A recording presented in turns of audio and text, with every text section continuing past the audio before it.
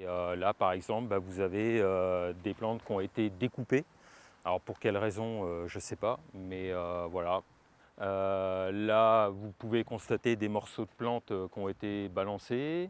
Voilà, les plantes qui ont été aussi piétinées. On a eu de la dégradation au niveau de nos murets qu'on avait refait il y a à peu près 2 ans. Autre exemple, vol de plantes, donc sur toute la longueur.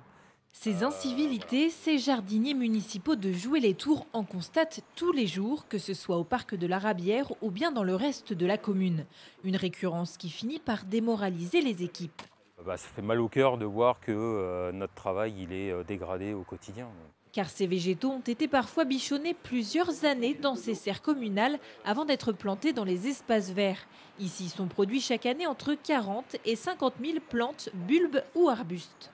Les plus jeunes, les lantanas qui sont là-bas jaunes, ils ont 2 ans. Les acalypha, ils ont déjà 4 ans. Les abutilons ou le gros lantana, ça a 7 ans. C'est des heures et des heures de travail qui disparaissent pour la ville, quoi. Or, cette année, les vols de plantes se seraient un peu accrus selon la municipalité qui a décidé de dénoncer ces incivilités au grand public. Aux plantes et arbustes arrachés, dégradés ou volés s'ajoutent aussi les déchets et les déjections canines non ramassées. Ces choses sont complètement interdites. On met tout en œuvre pour les limiter, notamment pour les vols de plantes. On a un réseau de caméras de surveillance qui permettent quelquefois de pouvoir identifier des choses. On dépose plainte systématiquement quand on le peut. Et puis surtout aussi, c'est montrer aux agents qu'on est derrière eux, qu'on soutient leur travail.